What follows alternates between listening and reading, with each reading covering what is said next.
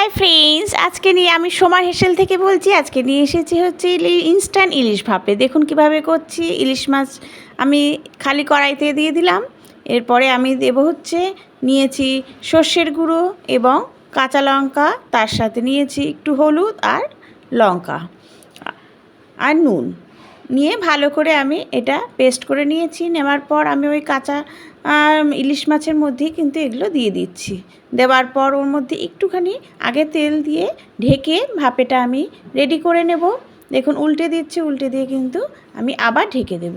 ঢেকে ঢেকে ইলিশ মাছ ভাপে যদি করেন তাহলে কিন্তু সেই ইলিশ মাছের খুব টেস্ট বাড়বে।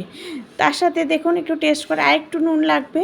নুনের সাথে আমি একটু কাঁচা লঙ্কাও দিয়ে দিচ্ছি এবং শুকনো লঙ্কা গুঁড়ো দিলাম। দেওয়ার পর কিন্তু আমি ঢেকে দেব। আবার ঢেকে রান্না করব যতক্ষণ না তেল ছাড়ছে। যেই তেল ছেড়ে যাবে তখন কিন্তু আমি নামানোর আগে একটু কাঁচা সরষের তেল দেবেন। এতে ইলিশ মাছ ভাপে খেতে খুবই ভালো লাগে। তার সাথে কিন্তু বলতে ভুলে গেলাম যে এর সাথে কিন্তু আমি একটু চিনি দিয়েছি যাতে ইলিশ মাছটার খুবই টেস্ট আসে। প্লিজ বেল আইকনটা প্রেস করবেন এবং লাইক কমেন্ট করবেন।